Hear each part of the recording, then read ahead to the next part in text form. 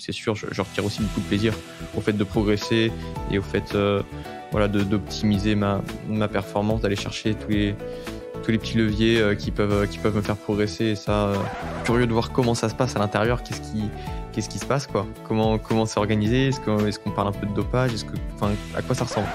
J'ai investi cet hiver dans un bon home trainer, mais c'est, je pense, pas le meilleur investissement que j'ai pu faire de ma vie. Je l'ai pas beaucoup utilisé.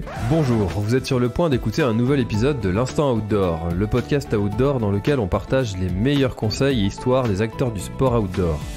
Mon objectif est de vous inspirer et vous inciter à bouger en conservant votre santé grâce aux conseils et retours d'expérience pour se lancer et progresser dans votre sport.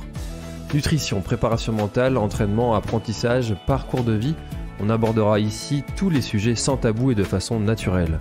Je suis François Hinault, fondateur de Planet Trail Productions, speaker, créateur de contenu pour le sport outdoor et organisateur du Grand Raid du Finistère. Contactez-moi sur contact@planettrail.com, sur LinkedIn ou sur mon site planettrail.com. Bonne écoute. Allez, nouveau podcast aujourd'hui, je suis avec Mathieu Lambert. Mathieu, je suis très content de te recevoir. On va parler d'un sujet dont on parle peu et pourtant c'est un sport que je pratique depuis peu. C'est vraiment, on m'avait dit que je ferais ce sport un jour, j'aurais dit certainement pas. Et pourtant, je commence à y prendre du plaisir.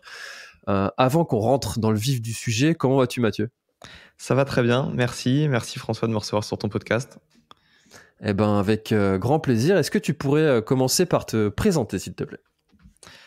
Alors pour me présenter, je vais déjà parler de ce fameux sport, tu l'as pas mentionné, mais donc voilà, moi je suis un passionné de cyclisme, passionné de l'optimisation de la performance, comment optimiser son potentiel. Voilà, donc c'est deux sujets qui, on va dire, régissent ma vie. Voilà, tous mes projets vont tourner autour du cyclisme et de l'optimisation de la performance. Donc voilà, encore actuellement, je suis encore étudiant dans ma dernière année en troisième année de licence TAPS à Grenoble. Donc je vis à Grenoble en ce moment. Je suis aussi donc entraîneur. Moi, c'est ce qui me plaît le plus. Entraîner des athlètes, l'échange avec les athlètes, réfléchir à leurs objectifs, leurs problématiques. Ça, c'est quelque chose qui me passionne. Et donc voilà, j'ai une dizaine d'athlètes de haut niveau principalement, pas mal de coureurs étrangers. Donc c'est passionnant aussi de découvrir d'autres cultures. Et puis c'est des coureurs qui sont vraiment, je trouve, très impliqués, très engagés dans leur entraînement et dans leur progression. Voilà, c'est des coureurs qui sont au plus haut niveau amateur français, donc qui font que du vélo. Donc déjà aussi c'est passionnant parce que il y a une liberté assez totale, quoi. Il y a pas trop de contraintes et voilà, le vélo c'est la priorité, donc c'est super intéressant. C'est des coureurs qui veulent passer pro, donc voilà, il y a vraiment un engagement qui est énorme de leur part. Donc ça, j'adore. Je suis aussi un petit peu, on va dire, entrepreneur avec Cyclisme Performance que j'ai monté depuis 2 ans maintenant. À la base, c'était un podcast. Voilà, j'ai fait pendant 1 an, je faisais un podcast une fois par semaine avec un invité. Et puis, depuis 1 an, je me suis associé avec 2 autres entraîneurs qui étaient un petit peu plus aguerris, on va dire, qui étaient déjà un petit peu plus installés dans le milieu du cyclisme pour développer Cyclisme Performance avec l'idée de proposer, continuer à partager de la connaissance. Et l'idée derrière, c'était de proposer des formations en ligne. Et voilà, pour partager au plus grand nombre les dernières avancées scientifiques et puis les méthodes pour progresser. Et puis ça va du testing physiologique, donc du lactate, je parle de la musculation, de la nutrition, enfin, en fait tous les sujets qui encadrent la performance. Donc on développe tous ces sujets-là sur Cyclisme Performance à 3. On fait aussi des articles de blog et puis on continue toujours les podcasts. Et puis enfin, je suis aussi coureur cycliste. Ça, c'est pareil, c'est plutôt pour le plaisir, mais je cours quand même au plus haut niveau amateur français, donc c'est du plaisir, mais ça demande quand même de l'entraînement et beaucoup de temps, parce que on aura peut-être l'occasion d'en parler, mais le cyclisme, c'est un sport qui demande beaucoup de temps. Et voilà, tout de suite, on peut faire des volumes assez impressionnants, au moins 15 heures d'entraînement par semaine, c'est on va dire assez classique dans le cyclisme, donc voilà, le programme est bien chargé de mon côté.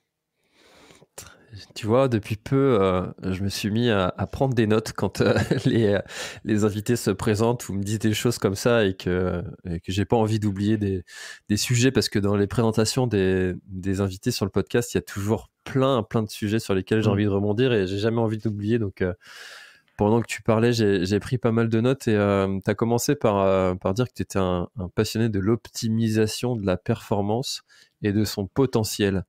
Est-ce que ça veut dire que pour toi, toute personne peut arriver à un niveau, à un haut niveau? Après, ça dépend comment on définit le haut niveau.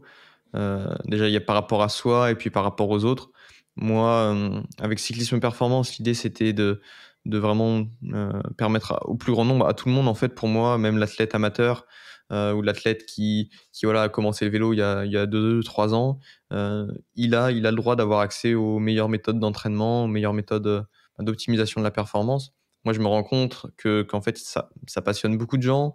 Il y a beaucoup d'athlètes qui ont envie de progresser et qui voilà, n'ont pas forcément la volonté d'atteindre le haut niveau tel qu'on pourrait le définir par la performance classique au niveau fédéral avec voilà, niveau élite, niveau professionnel.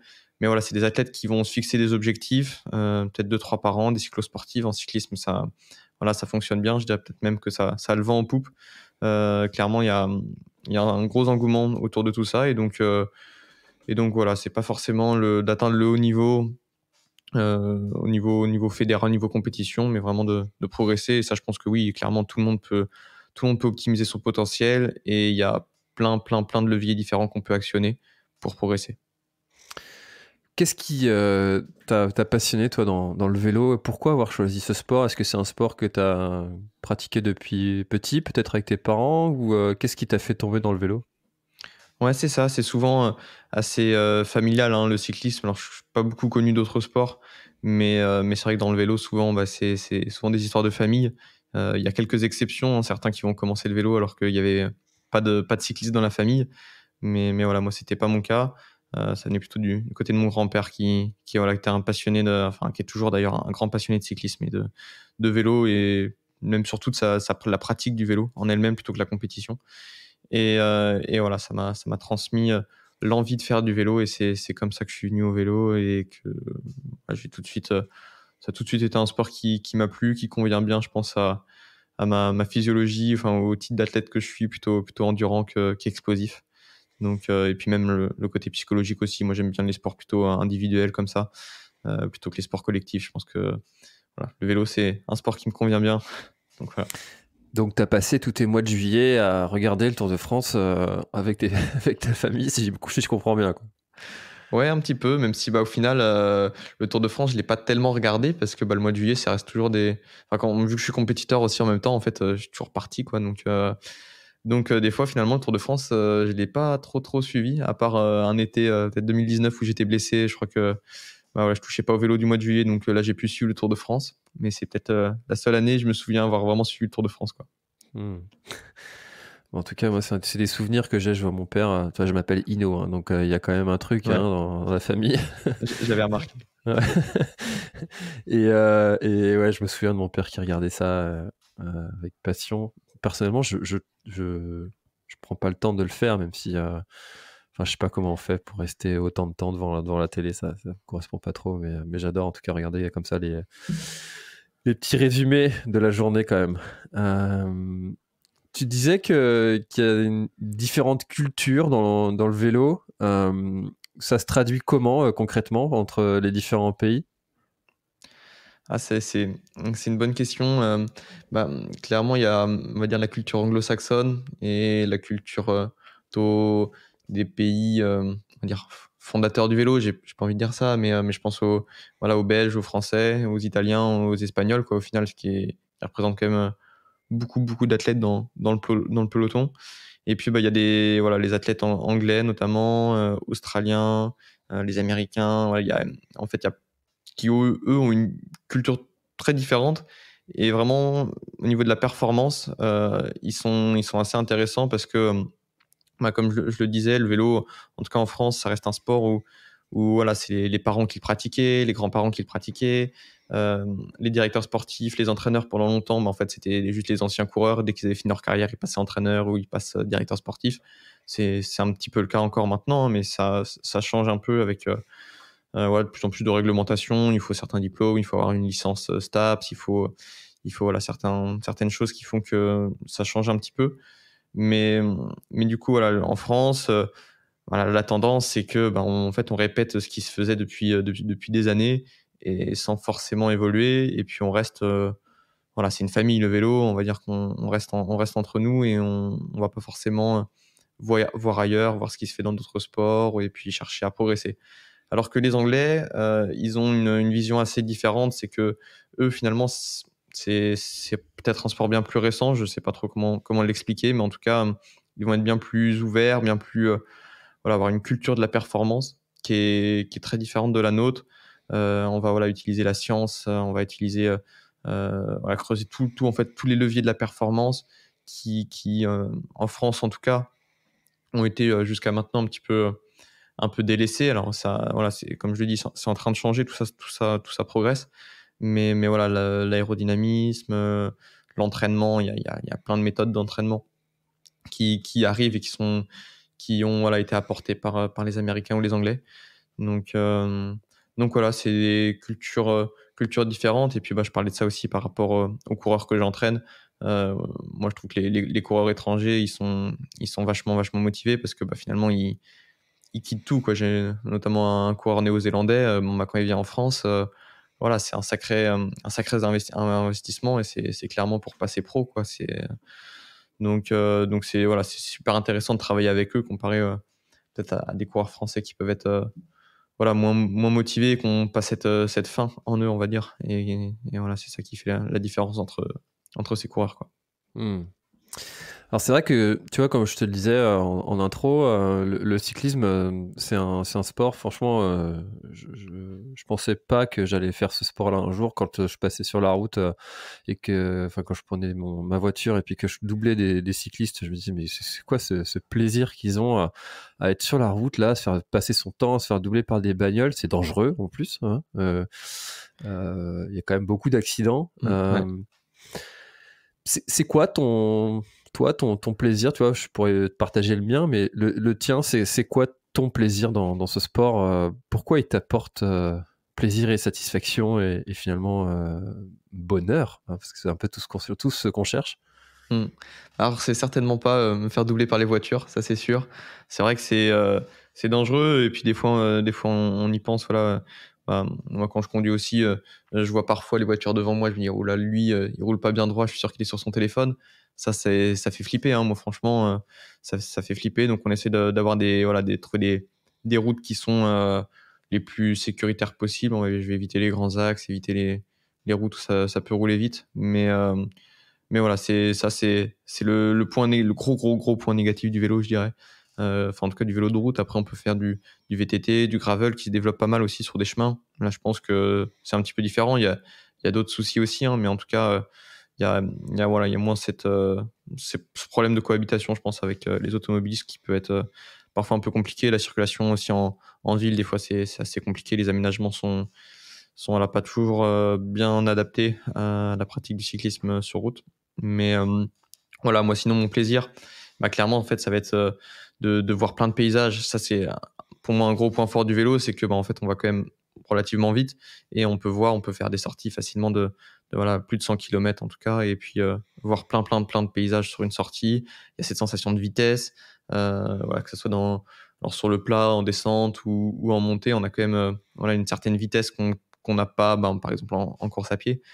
Et puis, bon, moi, comme je te l'ai dit aussi, je suis passionné de l'optimisation de la performance et je pense que enfin, c'est sûr, je retire aussi beaucoup de plaisir au fait de progresser et au fait, voilà, d'optimiser ma performance, d'aller chercher tous les petits leviers qui peuvent me faire progresser. Et ça, voilà, c'est quelque chose maintenant qui me maintient motivé. Aussi, le cyclisme, pour ça, c'est un sport où il y a beaucoup de data, beaucoup de données. Ça fait très longtemps qu'on a les capteurs de puissance, au moins une dizaine d'années pour certains. Donc ça, c'est voilà, c'est un truc, quelque chose qui arrive en course à pied, les capteurs de puissance, mais qu'on a en cyclisme depuis très longtemps. Et puis, c'est un super outil pour progresser, suivre ses progrès et monitorer son entraînement. Donc, voilà, c'est un tout. Je pense qu'il y a le plaisir, moi, de l'exploration, vraiment que j'aime beaucoup. Voilà, j'adore partir pour faire 6 heures de vélo avec ma sacoche. Et puis c'est parti, quoi. On part un peu à l'exploration, se faire des parcours. Moi, je prépare beaucoup mes parcours à l'avance. J'aime bien voilà, que ça soit aussi optimisé. J'optimise pas que la performance, j'optimise aussi les parcours. Et puis voilà, on profite. Et puis de l'autre côté, il y a aussi l'amélioration de ses performances, suivre ses progrès, qui est quelque chose voilà, qui est motivant tous les jours, quoi. Tu ferais du trail, tu ferais partie de ceux que j'appelle les ingénieurs du trail. C'est ceux qui regardent toutes les datas, les données, qui préparent tout, à Je l'inverse pense. de ceux qui sont vraiment feeling, on se laisse couler. Euh, Tu vois, peut-être que il y a certaines personnes, tu vois, qui dans le vélo comme dans la course à pied font du sport comme ça pour le plaisir au début et puis qui passent progressivement vers de l'optimisation. Est-ce que t'en croises des gens comme ça? Parce que plus tu progresses et plus tu vas peut-être chercher à progresser encore un peu plus, un peu voir qu'est-ce que tu peux améliorer et du coup te renseigner, commencer à apporter quelques datas en plus. Dans le vélo, c'est comme ça aussi, c'est un petit peu, tu rajoutes cette composante, puis celle-ci, puis t'analyses ci, t'analyses ça, tu te rends compte qu'il y a ça que tu peux améliorer aussi. Enfin, il doit y avoir tellement de paramètres, autant techniques que physiques, que entraînement croisé. Enfin, Ah ouais, ouais, non, mais c'est presque infini, hein, tous les paramètres qu'on peut optimiser. Et c'est quelque chose que je vois beaucoup dans le cyclisme, peu importe le niveau. Voilà, c'est courant de croiser des athlètes qui ont voilà, commencé le vélo peut-être il y a même pas un an et qui vont voilà, déjà chercher à optimiser leur matériel, qui vont chercher voilà, à optimiser tous les petits détails. Donc voilà, je pense qu'il y a tous les profils, hein. J'en croise aussi beaucoup qui voudront jamais entendre parler de capteurs de puissance ou ce genre de choses. Mais voilà, quand même, je trouve, enfin après c'est peut-être parce que c'est ce que je côtoie aussi, hein, le plus, mais quand même le cyclisme c'est un sport voilà, qui demande une certaine rigueur, une certaine optimisation pour progresser, pour être au niveau, quoi. Donc voilà, il y a beaucoup quand même de profils assez pointus sur l'optimisation des performances. Il y a quand même aussi beaucoup de demandes d'entraîneurs. Enfin, voilà, moi je suis plein depuis longtemps et je connais pas d'entraîneurs actuellement là qui prennent du monde. Enfin, si j'en connais peut-être un ou deux qui vont prendre deux trois personnes encore, mais c'est tout en fait. Voilà, il y a beaucoup d'athlètes qui vont choisir de prendre un coach justement pour être guidés à ce niveau-là sur tous les leviers de la progression. Et voilà, donc franchement, je pense que c'est une grosse majorité d'athlètes qui va essayer d'optimiser ses performances. Ah, c'est intéressant ça, parce que tu vois, dans le trail, on voit beaucoup quand même de coachs qui cherchent des athlètes, hein. Bon, après, les meilleurs entraîneurs nationaux, eux, forcément, eux, ils ne recherchent pas, mais par contre, euh, je vois beaucoup de coachs qui se disent voilà, je suis dispo, s'il y a du monde Hmm. qui. Non, maintenant, c'est dans la culture, hein, dans le cyclisme, quand même, d'avoir un entraîneur. Voilà, même chez les jeunes, à partir voilà, des 16-17 ans. Moi, je me souviens quand j'avais cet âge-là, c'était une question qu'on se posait entre coureurs, entre nous. C'est: «Ah bah, t'as un entraîneur ou pas?» tout ça, et c'était quelque chose, voilà, c'est admis, dans la culture maintenant qu'avoir un entraîneur, c'est un point positif et c'est quelque chose qui nous fera progresser, physiquement, mais aussi qui pourra nous encadrer, un petit peu psychologiquement, enfin nous soutenir, et puis qui pourra nous aider à nous motiver parce que, on a quelqu'un qui nous suit, on a quelqu'un qui nous prépare nos entraînements, qui va y passer du temps, et donc on a aussi pas envie de décevoir cette personne. Donc ouais, je vois, enfin, beaucoup d'athlètes maintenant ont des entraîneurs, et c'est courant dans le cyclisme, et ça fait partie de la culture, quoi. Alors en parlant de choses qui sont courantes dans le cyclisme, j'ai pas envie de rentrer dans le cliché, mais j'ai envie d'en parler quand même, parce que c'est mon devoir. Et j'ai reçu Christophe Basson sur le podcast et on a longuement parlé du sujet du dopage. Et il a affirmé que le dopage dans le trail existe. Euh, Comment est-ce que le cyclisme évolue par rapport à ce sujet-là? Parce que il y a quand même cette image de tous dopés qui lui colle au basque. Euh, Comment est-ce que toi tu perçois ça de l'intérieur?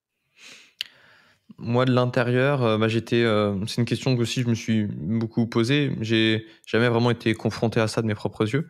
Mais voilà, depuis cette année, moi, je travaille pour l'équipe Cofidis, qui est au plus haut niveau du cyclisme professionnel, qui est au niveau World Tour. Et voilà, j'étais curieux de voir comment ça se passe à l'intérieur, qu'est-ce qui se passe, quoi. Comment c'est organisé, est-ce qu'on parle un peu de dopage, enfin, à quoi ça ressemble. Et concrètement, bon, ça m'a beaucoup rassuré parce que donc j'ai été présent sur tous les stages cet hiver, j'ai passé plus de 20 jours avec eux. Et alors déjà, on parle dopage, en tout cas, comment dire, prévention, enfin voilà, des pratiques dopantes. C'est un sujet qui est abordé et clairement, le discours, c'est que il n'y a pas de ça, en tout cas dans l'équipe Cofidis, ça n'a pas sa place. Donc voilà, moi ce que j'en ai compris, c'est vraiment que, en tout cas au niveau des équipes, pour moi dans le cyclisme professionnel, j'ai pas de doute sur les équipes. J'imagine, et ça j'en suis presque sûr même, qu'il y a des individualités qui doivent tricher. Ça, je pense qu'il y en aura toujours malheureusement. Et voilà, ça c'est certain qu'il y en a, et je pense que c'est commun à tous les sports. Mais il y a plus ce dopage organisé vraiment dans les équipes où là, voilà, Christophe Basson, j'ai écouté certains de ses podcasts où il était invité, et où voilà, en fait, on te laisse presque pas le choix, et voilà, quand on se dope pas, on est une exception. Là, je pense que c'est plutôt l'inverse maintenant. Euh, les tricheurs, ça va être une exception, et il y a quand même une majorité de coureurs propres, comme on dit. Il y a une quantité de contrôle qui est incroyable. Justement, là, sur les stages en Espagne où j'étais avec l'équipe Cofidis, les contrôleurs, ils sont passés, je sais pas exactement le nombre de fois, mais ils sont passés quand même plusieurs fois, contrôler plusieurs coureurs, etc. à chaque fois. Et voilà, c'est des coureurs qui vont mettre dans le cyclisme leur localisation. Ils doivent tout le temps mettre leur localisation pour être. Voilà, il y a beaucoup de contrôles inopinés, il y a des contrôles sur les courses. Donc voilà, en tout cas au niveau professionnel, le cyclisme est très contrôlé, et je suis plutôt rassuré. Enfin voilà, sur le dopage. Après, je pense au niveau inférieur, au niveau amateur, au niveau auquel moi je cours, je vois qu'il y a assez peu de contrôle. Il y en a, mais ça reste quand même limité. Moi, je me suis jamais fait contrôler, pourtant je cours quand même un bon niveau. Et voilà, là, j'imagine qu'il y a peut-être plus de coureurs qui vont tenter de tricher. Après, voilà, pareil, au niveau même cyclosportif, ce qui est grande fondo, voilà, ça c'est pareil. Je pense que voilà, alors je vais commencer à en faire cette année un petit peu des grandes fondos, des cyclosportives, et voilà, des épreuves qu'on appelle de masse, je crois, un petit peu. Enfin, voilà, où il y a en tout cas type l'étape du Tour, par exemple. Donc, je crois qu'il y a quelques contrôles. J'ai déjà vu ça, mais bon, en tout cas sur 2000 participants ou plus, c'est impossible de tout filtrer. Donc ouais, j'imagine qu'il y en a aussi. Mais je pense pas que ça soit plus que dans d'autres sports. Au final, voilà, je pense que dans tous les sports, il y a toujours quelques personnes qui vont essayer de dépasser les limites et tricher, quoi. Donc voilà. Moi, de mon point de vue, je pense que c'est un raccourci qui est fait par pas mal de personnes qui se disent pour arriver à faire ce qu'ils font, il faut forcément être dopé. C'est un petit raccourci qui est plus facile à comprendre plutôt que de se dire qu'est-ce qu'ils ont mis en place derrière, et quel est le travail qu'il y a derrière depuis toutes ces années, et qu'est-ce qu'ils ont optimisé concrètement, clairement, pour pouvoir arriver à ce niveau et faire ce qu'ils font. Parce que c'est vrai que quand tu vois monter un col à je ne sais combien de kilomètres heure sur je ne sais combien de kilomètres, et enchaîner le lendemain la même chose, tu te dis, moi, j'arrive même pas à aller au travail en vélo. Bah, tout de suite, tu te dis, pour faire ça, faut forcément être dopé, quoi.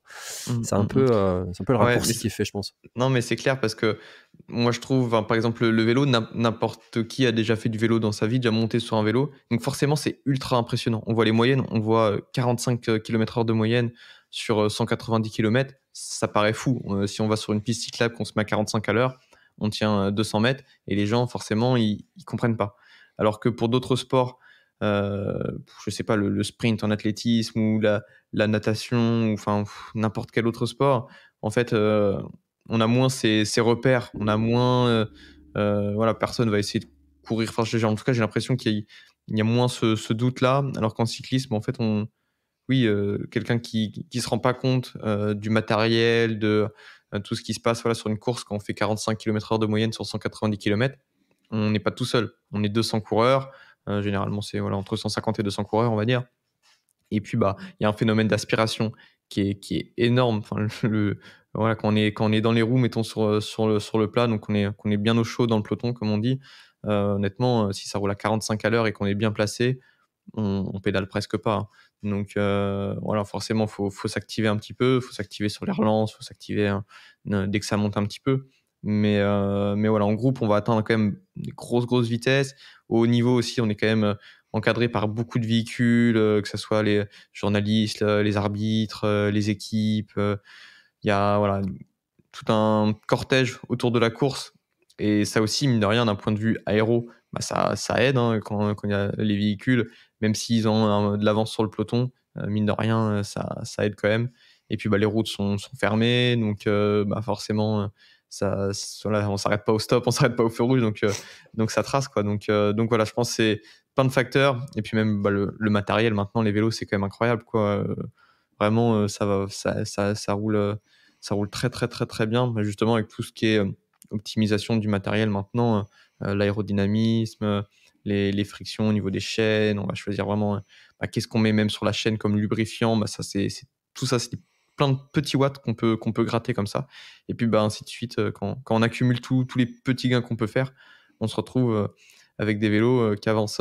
très vite, quoi. Faut quand même pédaler mais bon, ça aide, le matériel maintenant, on sait que c'est une part très importante de la performance en cyclisme. Alors ce sujet du matériel, des fois c'est un petit peu risible en fait quand tu vois des coureurs oui c'est ça, des coureurs qui sont en surpoids et qui vont acheter la dernière paire de roues à 2000 balles la roue pour gagner 100 grammes.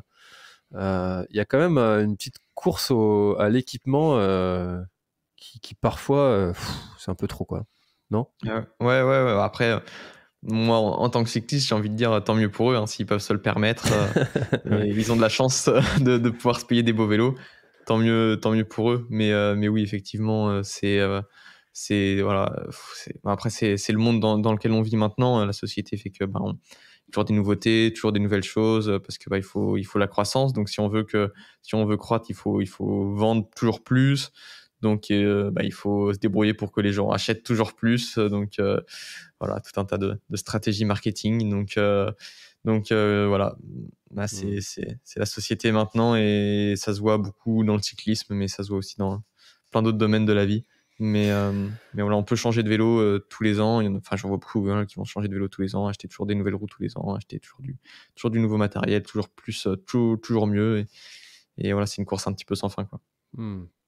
Alors justement, toi qui es dans l'optimisation de la performance, quel est le premier, je sais pas, conseil, levier qu'on peut activer et qui fait vraiment une vraie différence sur son niveau qu'on va avoir en vélo? Alors, bah, le 1er levier, ça serait l'entraînement, mais c'est peut-être un peu trop facile comme réponse. Moi, j'aimerais parler, c'est quelque chose qui me tient à cœur, c'est la nutrition de l'effort. Clairement, c'est un truc de fou. Ça, c'est encore mmh, un petit peu mal compris par certains, même au plus haut niveau. Mais en fait, s'alimenter pendant l'effort, c'est super important. Ça va tout changer à la performance, que ça soit à l'entraînement ou en compétition. Pour moi, voilà, dans les 2 cas, c'est très intéressant. Il y en a qui vont se dire qu'il faut pas manger à l'entraînement parce que ça va être plus dur et que, bah, en course, on amène le carburant et donc ça va être plus facile. Oui, forcément, mais bon, si on peut, profiter de ce carburant à l'entraînement pour s'entraîner plus dur, pour mieux récupérer, en fait, on va bien plus progresser sur le long terme et puis, ça n'empêchera pas de bénéficier des effets positifs de la nutrition de l'effort pendant la compétition donc voilà, pour moi, c'est un sujet d'actualité. Ça, voilà, on en parle de plus en plus et voilà, hein, souvent, c'est finalement un problème d'éducation, qu'autre chose, en fait, hein. Voilà, pendant longtemps, ça a été répété que c'était, en tout cas, quelque chose qui était pas essentiel et puis, au final, maintenant, on se rend compte que ça fait toute la différence et voilà, chez n'importe qui, à qui, voilà, j'ai pu donner des conseils sur la nutrition. Moi, j'ai fait notamment une formation sur la nutrition de l'effort. Bah, j'ai eu plein de retours ultra positifs. C'est vraiment enfin, il y en a qui me disent: «Ça a changé ma vie». Alors, on c'est un peu exagéré, mais clairement, les sensations à l'entraînement, elles ne sont plus les mêmes. On revient d'un entraînement, on a pu faire, 4-5 heures d'effort. facilement. À la fin, on n'est pas fatigué, on rentre, on n'a pas faim. Là, voilà, maintenant, donc on va beaucoup parler notamment ce qui va nous intéresser le plus, ça va être les glucides, qui sont les sucres, hein, qui sont la source de carburant dont on a le plus besoin pendant l'effort. Voilà, on a déjà des réserves de graisse qui sont ultra conséquentes. Donc, voilà, on va pas forcément chercher à en apporter pendant l'effort. Ce qui va nous intéresser, ça va être les glucides et c'est voilà, un carburant qui est très, très performant, qui va nous permettre d'avoir de l'énergie très rapidement. Et voilà, quand on va en apporter, donc on va compter en grammes par heure de glucides.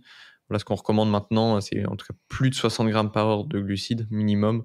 Et voilà, on peut aller chercher beaucoup plus. Si on fait 5 heures d'effort, on peut être à 100-120 grammes de glucides par heure. Et quand c'est comme ça, quand on mange 120 grammes de glucides par heure pendant 5 heures, après la séance, on n'est pas fatigué, on récupère beaucoup plus vite et puis, on n'a pas faim, donc on peut se faire une petite collation, après la sortie et alors que, quelqu'un qui va pas manger pendant 5 heures, ben, vaut mieux avoir prévu de quoi manger parce que sinon ça risque d'être compliqué, après la sortie, quoi. Vraiment, on peut tout dévorer tellement on a faim donc voilà, c'est un levier de la performance qui est énorme et ce, peu importe le niveau au final.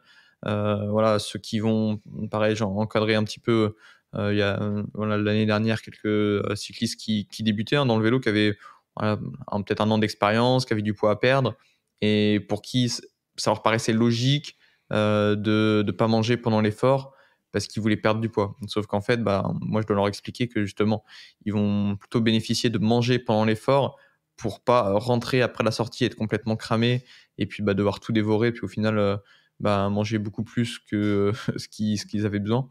Au final, voilà, quand on mange bien pendant l'effort, c'est, bah, sur le long terme une meilleure progression, une meilleure récupération, et puis une meilleure performance, quoi. Donc c'est pour moi le levier peut-être le plus sous-estimé et pourtant, peut-être le plus important, quoi.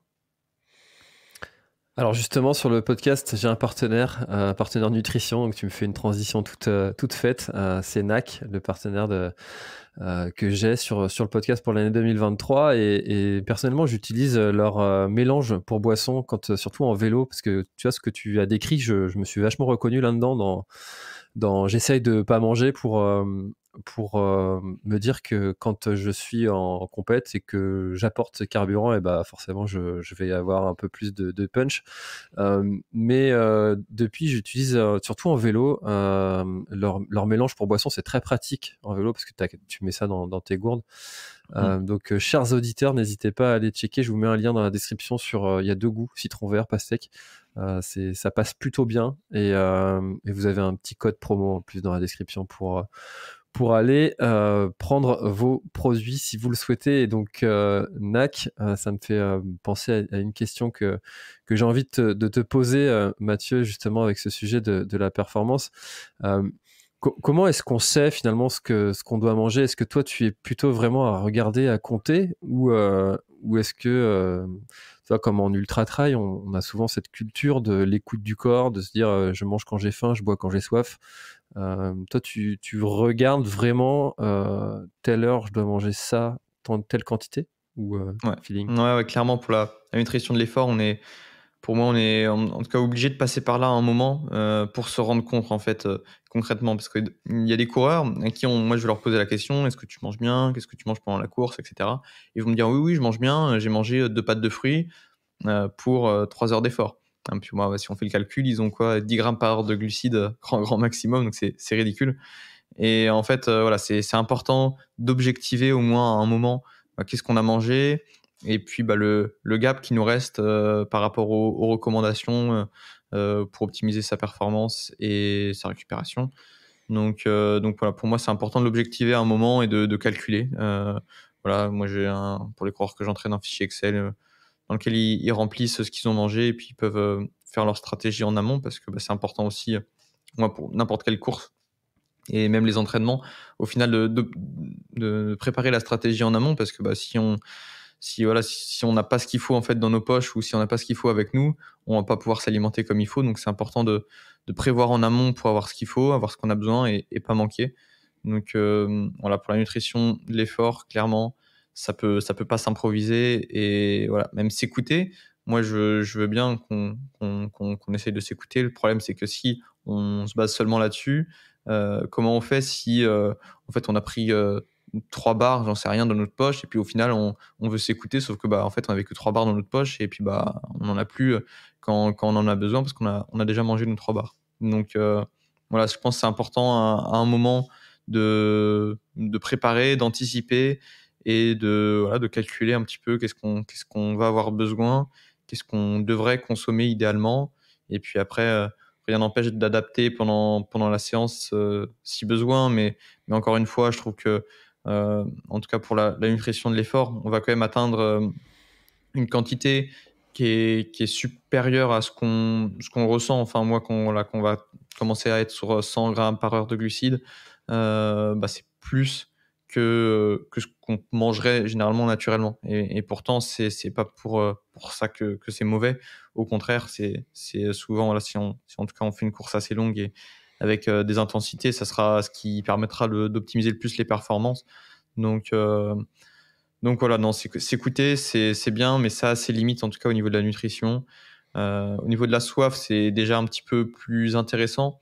Voilà, il y a beaucoup d'études maintenant qui montrent que c'est plus intéressant de s'écouter, de boire à la soif, plutôt que de suivre un plan précis où il peut y avoir un risque de surhydratation et derrière ce qu'on appelle l'hyponatrémie, qui est un taux de sodium trop faible dans le sang, et qui, voilà, est dû quand on boit trop d'eau, et ça peut être quelque chose qui est même mortel, donc c'est assez grave.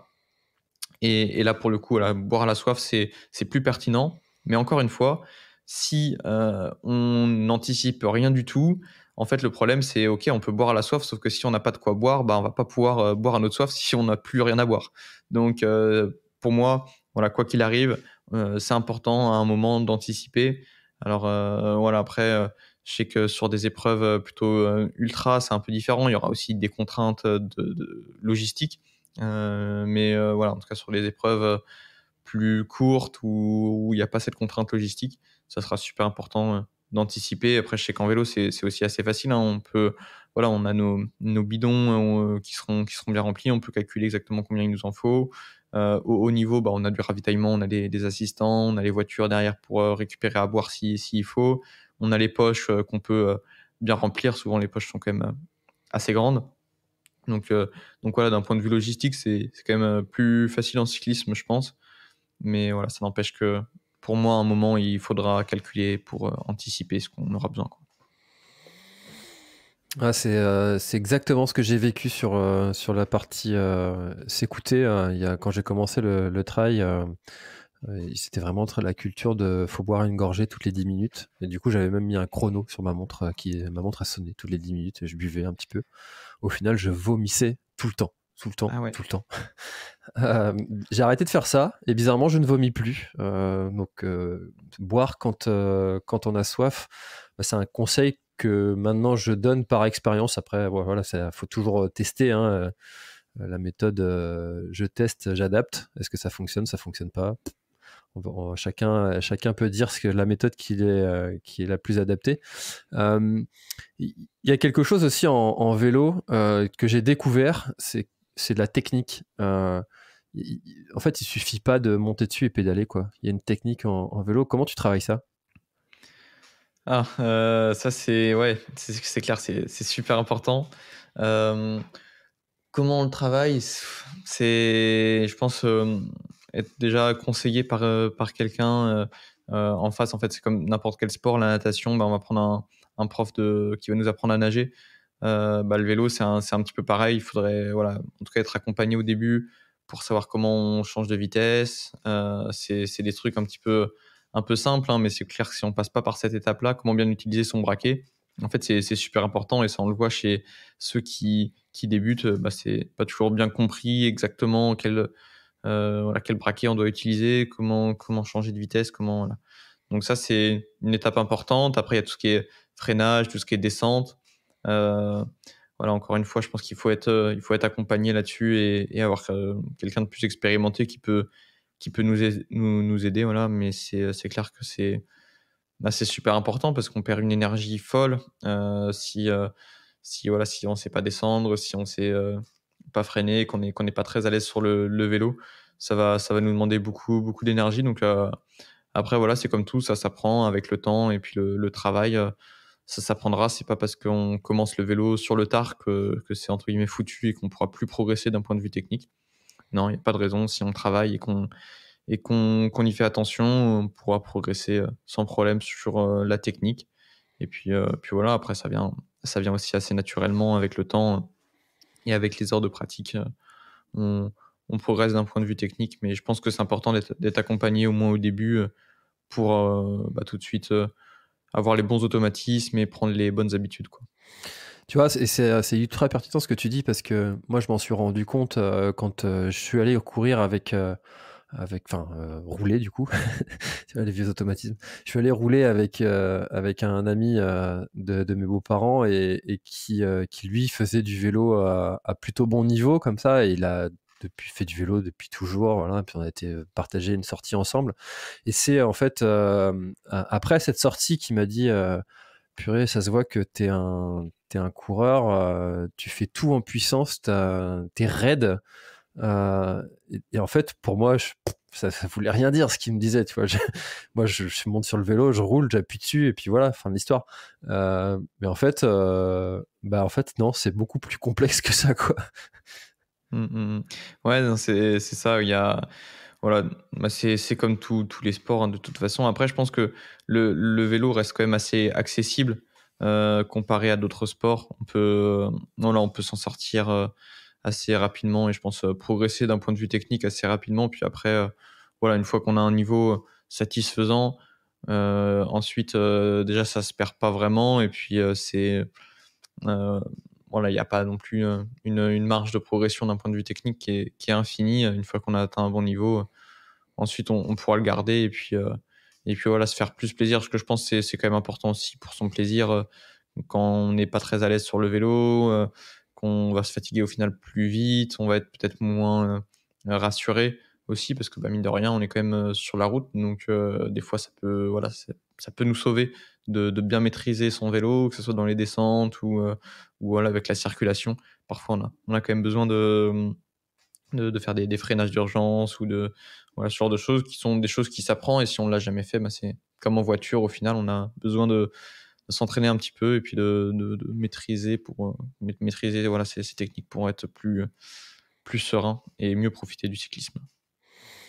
Et toi qui es justement, encore une fois, dans l'optimisation de la performance, quel est ton avis sur les méthodes Swift, avec Home Trainer et puis un écran connecté?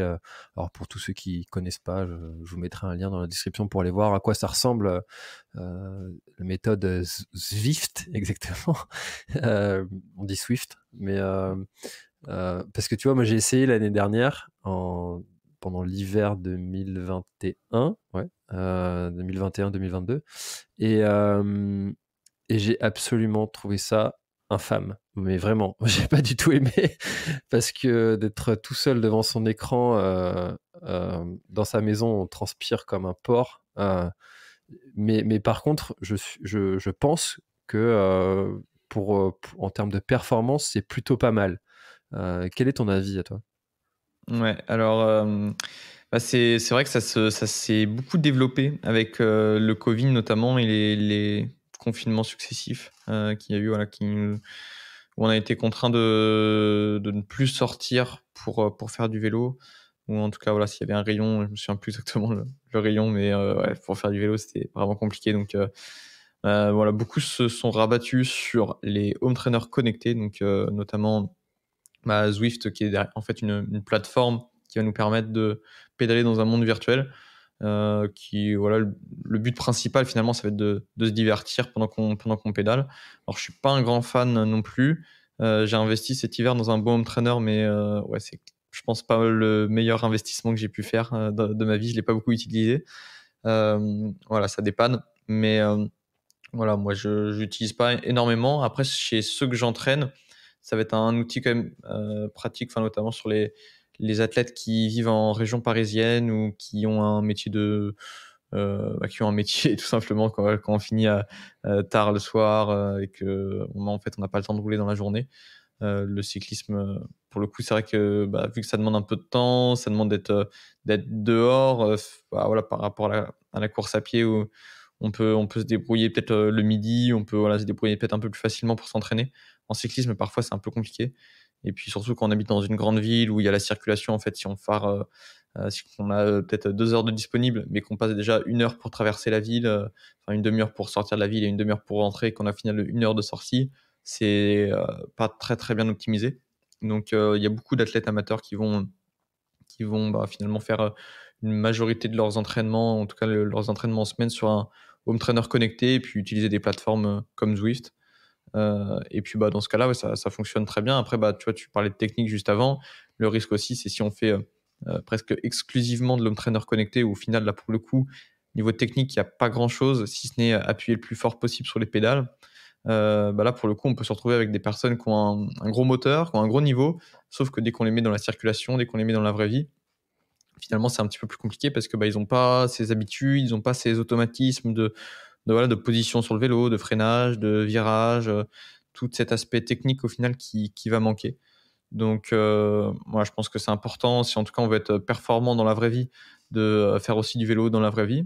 Maintenant, il y en a qui font exclusivement de l'home trainer connecté, donc du Zwift, et qui vont faire des compétitions sur Zwift. On peut faire des compétitions et puis au final, ça va être leur plaisir à eux et ils n'auront pas d'objectif sur la route dans la vraie vie. Donc voilà, c'est leur plaisir à eux, c'est leur sport. Finalement, c'est pas exactement le même sport que le cyclisme sur route parce que voilà, il y a moins de composantes matérielles, moins de composantes techniques aussi, donc ça, voilà, c'est un petit peu différent. Et après, en tant que méthode d'entraînement pour progresser, donc comme je disais, si on habite en ville, qu'on a pas mal de contraintes, ça peut être une très bonne méthode de faire du home trainer connecté en semaine. Le gros problème qu'il peut y avoir, c'est l'aspect technique, mais c'est aussi le fait de faire trop d'intensité. Souvent, on va compenser le fait que sur un home trainer connecté, qu'on soit chez soi tout seul, ça peut être vite un peu long, sauf quand on fait des intensités justement et qu'on va se mettre au final toujours à bloc, toujours à faire des exercices, faire des courses aussi. Il y en a qui vont faire 3-4 courses dans la semaine sur Zwift. Et là, le problème, c'est quand on a trop d'intensité et c'est pas bon du tout pour progresser sur le long terme. Là, on va se fatiguer plus qu'autre chose et je recommande pas du tout. Clairement, c'est une très mauvaise méthode d'entraînement de faire trop d'intensité. Donc voilà, si on roule, si on fait 1 à 2 séances intenses par semaine, pour moi, c'est le grand maximum pour en tout cas durer sur le long terme et progresser. Donc voilà, ça implique qu'il y ait des séances du coup plutôt endurance, même sur Zwift, même sur Home Trainer, c'est possible. Là, on peut faire 1 heure en endurance, c'est pas un problème. C'est pas parce qu'on n'a pas fait d'exercice et qu'on n'a pas fini la séance complètement cramé qu'on va pas progresser. Et voilà, donc ça, c'est ceux qui veulent progresser. Pour moi, ils doivent faire vraiment très très attention là-dessus. Ceux qui veulent juste se défouler après le travail et ils s'en fichent de progresser, à la limite, voilà, ils peuvent se défouler s'ils veulent, mais ça sera pas le plus optimal pour progresser, quoi. En trail, on a... Pardon. Purée, j'ai failli m'étouffer en commençant ma question. En trail, on a quelque chose qui est apparu, maintenant il y a quelques années, qui s'appelle l'entraînement croisé. Donc là, le concept, c'est d'aller faire un autre sport que son sport de prédilection, qui est le trail ou la course à pied. Quand tu es en montagne, c'est assez facile, entre guillemets, parce que l'hiver, tu vas aller faire du ski. Quand tu es en plaine, c'est un peu plus compliqué, entre guillemets, parce qu'il faut aller soit faire de la natation, soit faire du vélo. Mais faire du vélo l'hiver, c'est pas forcément évident. Est-ce que en vélo, dans l'optimisation justement de la performance, on a aussi ces concepts d'entraînement croisé, d'aller faire un autre sport pour progresser dans son sport qu'est le vélo? Non, beaucoup moins. Beaucoup moins, on n'en parle pas du tout.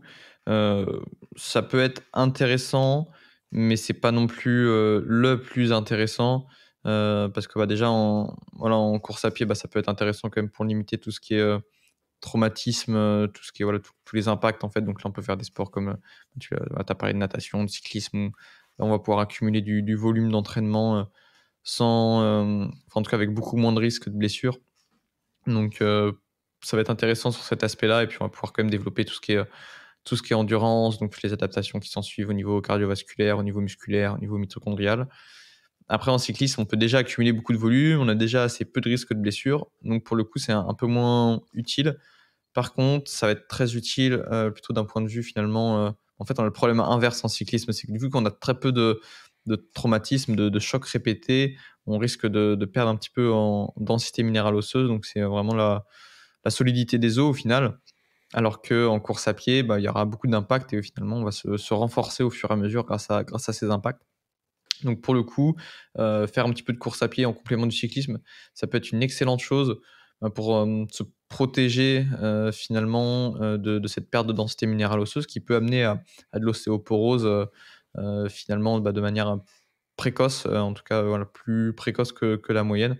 Donc dans ce cas-là, ça peut être intéressant et ça peut permettre d'améliorer les performances sur le long terme parce que, si, lors d'une chute, qui sont des choses qui arrivent quand même assez régulièrement, en tout cas dans le cyclisme de compétition, où voilà, on va quand même tomber plusieurs fois par an. Si on peut éviter une fracture, sur le long terme, on va bien plus progresser parce que, on va être, moins longtemps arrêté. Donc c'est une bonne chose. Moi, je le recommande. Après, c'est parfois un peu, compliqué à placer. C'est, voilà, pas toujours évident à organiser, mais ça peut être, vraiment une bonne chose. Il y a pas de contre-indication à le faire. Après, il y aura, la musculation. Je sais pas si on peut parler ça de techniques, croisées, mais voilà, la musculation, c'est un sport, qui permet d'améliorer ses performances en cyclisme et même globalement dans tous les sports d'endurance. On peut suivre des programmes de musculation donc voilà, en cyclisme, c'est assez courant et c'est de plus en plus courant aussi, de faire de la musculation, toute l'année, en faire, surtout une bonne préparation hivernale où on ira, 2 fois par semaine en salle de musculation pendant, voilà, entre novembre et janvier et puis ensuite, une fois que la saison est lancée, que les beaux jours sont de retour, on va en faire, ce qu'on appelle un rappel de musculation. En gros, c'est pour pas perdre ses qualités, c'est super important pour maintenir, les adaptations, notamment nerveuses, qui sont des adaptations qui vont nous intéresser, hem, pour voilà, augmenter ce qu'on appelle le taux de développement de la force, par exemple, donc la vitesse à laquelle on va être, capable de développer le plus de force possible, donc finalement, c'est l'explosivité. Améliorer le recrutement de certaines unités motrices. Donc les unités motrices, c'est, ce qui va connecter différentes, enfin des packs de fibres musculaires, on va dire. Il y a des fibres musculaires, enfin des unités motrices de plus en plus grosses qui vont réunir des fibres musculaires de plus en plus, rapides et ces fibres musculaires-là peuvent nous intéresser. C'est important de savoir les recruter et ça, c'est quelque chose qu'on va pouvoir développer, avec la musculation justement et qu'on pourra du coup, maintenir, si on fait un peu de musculation, toute l'année. Donc heu, donc voilà, en cyclisme, il y a quand même peu de pratiques, croisées, mais un petit peu de musculation, un peu de course à pied. C'est, heu, c'est en tout cas ce que je recommande et il y a pas du tout de contre-indication à le faire. Ouais, plutôt dans une démarche de sport santé personnelle plutôt que de recherche de performance, si ce n'est justement, comme tu disais, le fait de se préserver et de récupérer plus vite en cas de chute ou en cas de pépin physique autre, mais Ouais. pas trop dans une recherche de performance et d'amélioration de son niveau, quoi. Ok, hyper intéressant. Hyper intéressant, tu vois, ces différentes pratiques. Pourtant, on pourrait se dire que ça reste de l'endurance et puis il y a beaucoup de choses à apprendre. Bon, de toute façon, c'est évident, hein. Il y a beaucoup de choses qui sont un peu similaires dans les concepts, hein. Toi, tout à l'heure, tu parlais de ne pas faire trop d'intensité. En course à pied, on dit que souvent 70% de son entraînement, c'est de l'endurance fondamentale. J'imagine qu'en vélo, on doit pas être très loin de ces pourcentages-là. Enfin, il y a pas mal de similitudes quand même, quoi. Ouais, c'est ça. Généralement, si on parle en pourcentage, il y aura plus de basse intensité en vélo parce qu'on va accumuler plus de volume. Donc forcément, si on compare un entraînement de 6 heures par semaine et un entraînement de 12 heures par semaine qui est 2 fois plus de volume, on va pas faire, 2 fois plus d'intensité. Donc la proportion de basse intensité augmentera en cyclisme et voilà, c'est pas rare de dépasser les 80 de basse intensité quand on l'a mesuré, soit par rapport à un capteur de puissance ou par rapport à la fréquence cardiaque. Et puis voilà, en termes de séances, comme je l'ai dit, c'est 1 à 2 séances intenses dans la semaine, grand, grand, grand maximum, quoi. Alors, je sens qu'on pourrait parler optimisation de la performance avec toi pendant des heures, hein. Mais j'aimerais qu'on parle d'un sujet et je pense que, tu vois, quand on est là à 52 minutes, 53 maintenant, c'est qu'on a encore que les vrais, là, ceux qui s'intéressent vraiment à ton histoire et ton parcours. Et j'aimerais que tu nous parles de ton podcast. Pourquoi l'avoir créé? Quels sont les plus grands apprentissages que tu as pu faire sur le podcast, sur le monde du podcast en lui-même, grâce à ce podcast? Qu'est-ce qui t'a apporté et pourquoi l'avoir créé? Alors ouais, le podcast, moi je l'ai créé parce que moi je suis un grand consommateur de podcasts et je me suis dit, bah, pourquoi pas moi en fait, pourquoi je ferais pas un podcast? Surtout que moi j'écoute majoritairement des podcasts anglais en fait où il y a une approche qui existe, enfin que je voyais, genre je retrouvais pas en France, en tout cas dans le cyclisme. C'était voilà, d'inviter des chercheurs, d'inviter des entraîneurs de très haut niveau.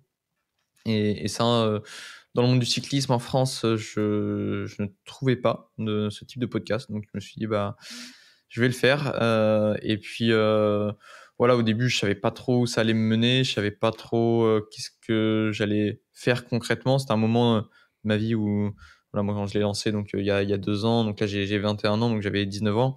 Voilà, je savais pas trop vers quoi m'orienter, même si j'avais toujours cette passion de la performance qui était en moi depuis longtemps, mais je savais pas si, d'un point de vue professionnel, c'était le plus pertinent parce qu'on sait qu'au haut niveau, il y a assez peu de place, ça reste, quand même un tout petit monde donc voilà, on voit en STAPS donc qui est l'université qui nous permet d'avoir nos diplômes dans le monde sportif.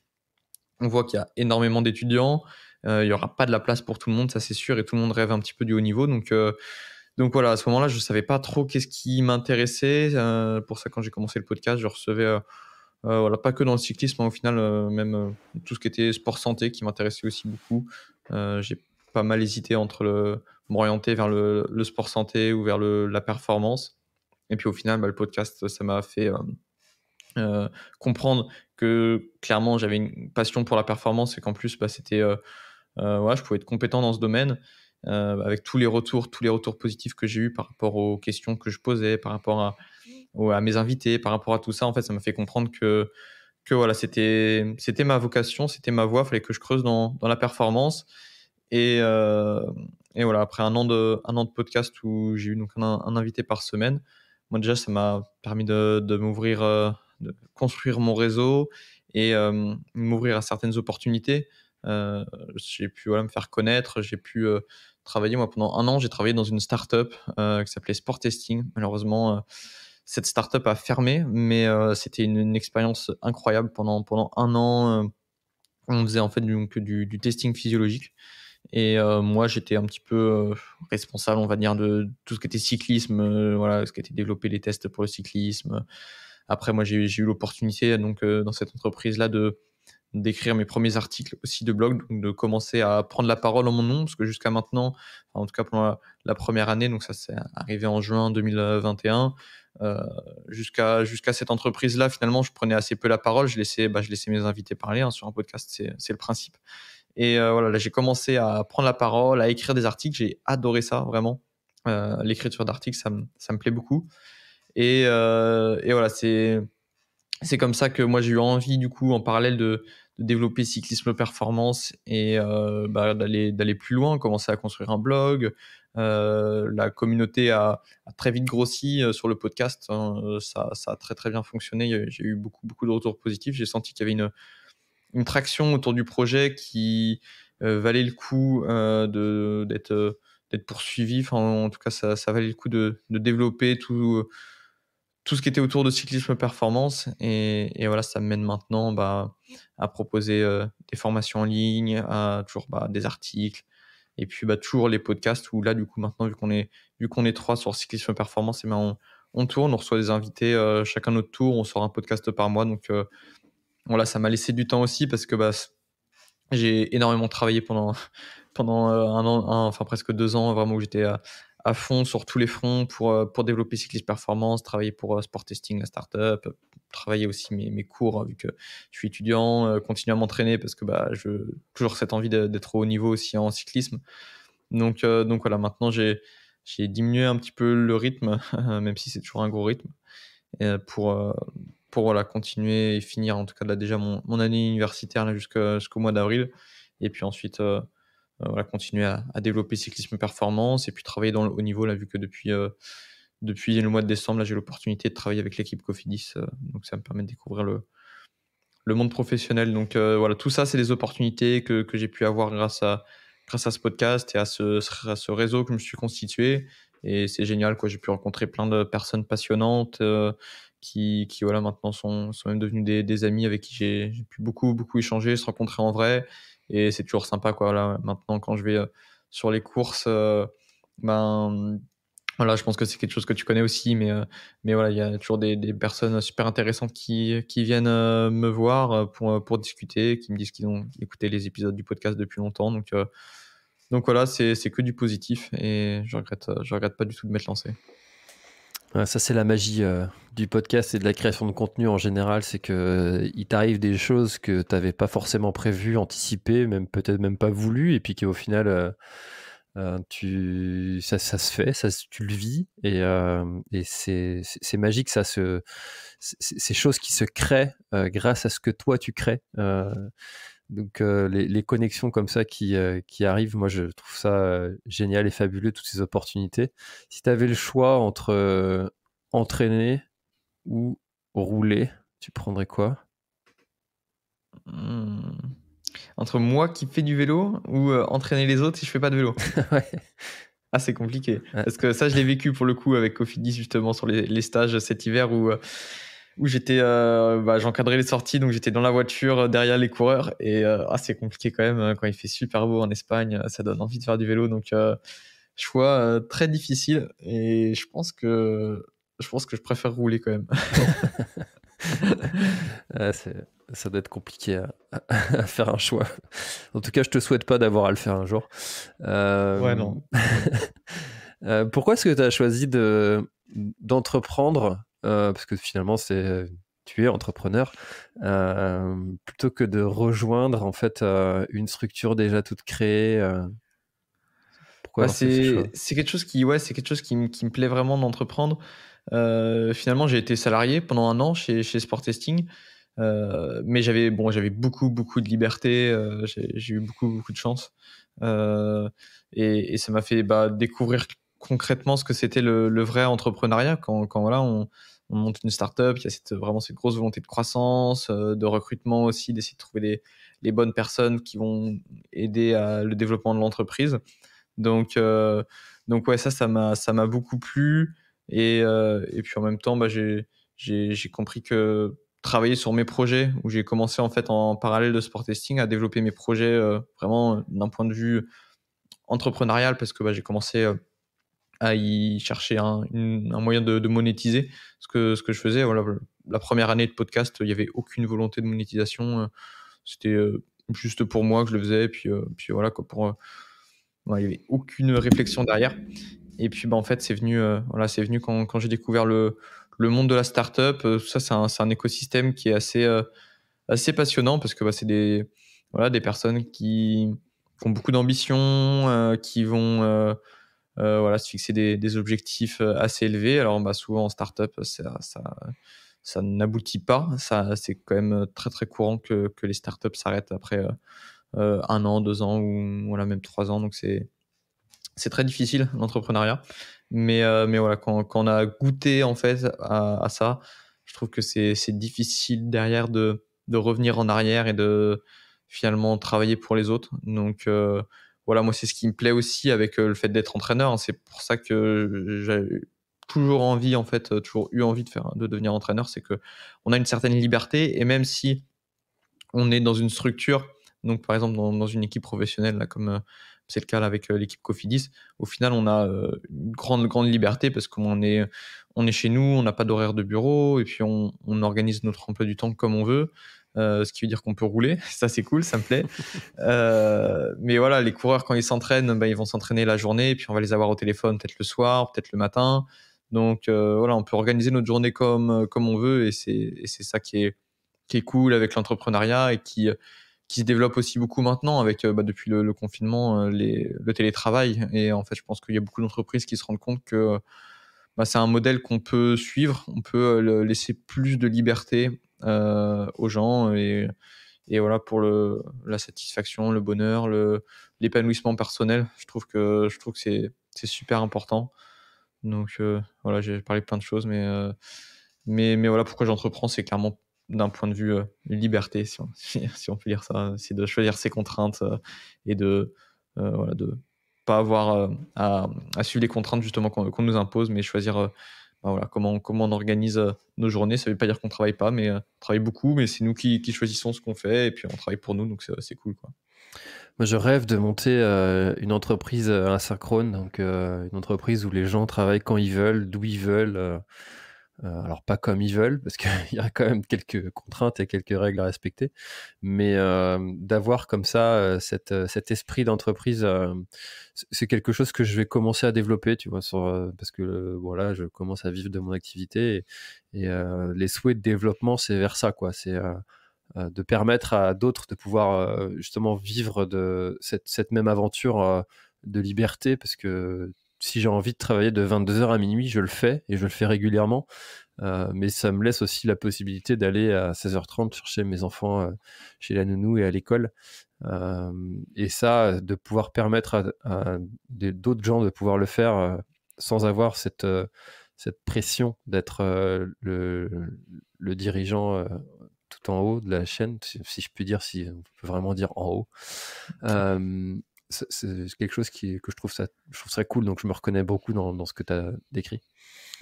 Mathieu, on arrive déjà à plus d'une heure d'échange. Est-ce qu'il y a quelque chose dont on n'a pas parlé et que tu aurais aimé ajouter pour peut-être clôturer notre échange? On n'a pas parlé de l'apprentissage, de la curiosité, de l'ouverture d'esprit, tout ça. Moi, c'est des choses aussi qui me tiennent à cœur, des valeurs importantes pour moi, qui voilà. Après, c'est aussi dans ma psychologie, dans ma mentalité, dans mon état d'esprit, de voilà, toujours chercher à apprendre, lire beaucoup, écouter des podcasts, même si c'est pas forcément d'un premier abord un sujet qui nous intéresse, mais voilà, écouter des podcasts, peu importe. Maintenant, j'en écoute quand même pas mal, soit sur l'entrepreneuriat, sur même d'autres sports, voilà, comme ton podcast que j'ai pu écouter un petit peu. Voilà, toujours rester ouvert d'esprit et puis curieux. Je pense que c'est important dans la vie voilà, d'être capable d'évoluer et puis d'apprendre de tout le monde. Je pense qu'on a tous à apprendre des autres et voilà, on s'en rend compte quand on discute en finale avec n'importe qui. Tout le monde est intéressant, tout le monde a des expériences, tout le monde a ses propres apprentissages et voilà, ça c'est quelque chose d'assez important pour moi et puis même pour le coup, moi j'aime aussi transmettre des connaissances et ça c'est quelque chose qui me plaît beaucoup et voilà, je rencontre au final plein de personnes qui vont être curieuses et qui ont soif d'apprendre et c'est un régal parce que on se tire vers le haut mutuellement. Moi qui ai envie de transmettre des connaissances, c'est un super moyen d'apprendre au final parce que je vais notamment pour mes formations en ligne où je vais passer des semaines à creuser un sujet comme un fou et c'est quelque chose que je ferais pas. Je pense s'il n'y avait pas cette volonté derrière de transmission de connaissances, je creuserais pas le sujet à ce point-là. C'est pas possible parce qu'il faut vraiment une grosse volonté. Il faut réussir à synthétiser ses idées, les remettre en ordre. Voilà, quand on écrit un article, il faut voilà, ça demande une grosse rigueur parce que un article, s'il est mal construit, ça se voit tout de suite et ça intéressera personne. Donc voilà, tout ça, c'est ce qui moi me permet d'apprendre et tous ceux qui me suivent et qui vont essayer d'apprendre de ce que moi j'apprends et de ce que je leur transmets, ça va aussi beaucoup m'aider parce que y a de l'échange derrière. Je reçois beaucoup de questions. On peut me suivre notamment sur Instagram, sur LinkedIn. Voilà, Mathieu Lambert. Je place, je fais une petite promo. Hashtag auto-promo. Voilà. Donc je réponds aux questions. J'essaye. Des fois, je prends un peu de temps, mais normalement, je réponds à tout le monde. Je réponds aux questions et c'est super enrichissant.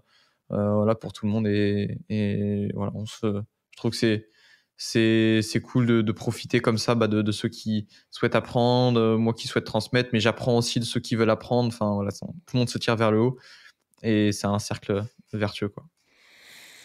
Je te rejoins complètement et parfois on me dit sur le podcast mais comment tu fais pour trouver des invités? Mais en fait des gens qui ont des histoires à raconter et à partager. Il y en a, mais des dizaines, des centaines, des milliers, et ça s'arrêterait jamais. Je pourrais faire un épisode par jour, sans problème. Sans problème, si j'avais justement cette structure qui me permettrait derrière de déléguer certaines tâches, ce serait vraiment faisable largement et passionnant en plus. Merci beaucoup Mathieu pour tous tes apprentissages et en tout cas moi j'ai appris, j'espère que vous aussi chers auditeurs, du moins ça donne envie d'en savoir un petit peu plus sur le vélo et puis d'aller écouter ton podcast pour en apprendre encore plus sur d'autres sujets, puis à connaître les histoires aussi de certains cyclistes que tu as pu recevoir. Je mettrai tous les liens dans la description si vous voulez aller suivre les aventures de Mathieu et puis lui poser aussi vos questions. Merci beaucoup pour ton temps et on se dit peut-être à bientôt sur la route, mais par contre il faudra m'attendre. Avec plaisir François, merci pour l'invitation et voilà, c'était un plaisir d'échanger sur ton podcast. À bientôt. À bientôt. Merci d'avoir écouté cet épisode de l'Instant Outdoor. J'espère qu'il vous a plu. Si c'est le cas, et même si ce n'est pas le cas, abonnez-vous pour ne rater aucun épisode. Parlez-en autour de vous et laissez-moi un commentaire sympathique sur Apple Podcast, c'est ce qui m'aide le plus à remonter dans les classements. N'hésitez pas non plus à le partager à chacun de vos contacts dans le sport. Chaque nouvel auditeur intéressé est une victoire. Si vous avez besoin d'un speaker pour votre événement, d'un contenu pour votre marque, d'infos sur le Grand Raid du Finistère, n'hésitez pas à me contacter à l'adresse contact@planettry.com. À bientôt.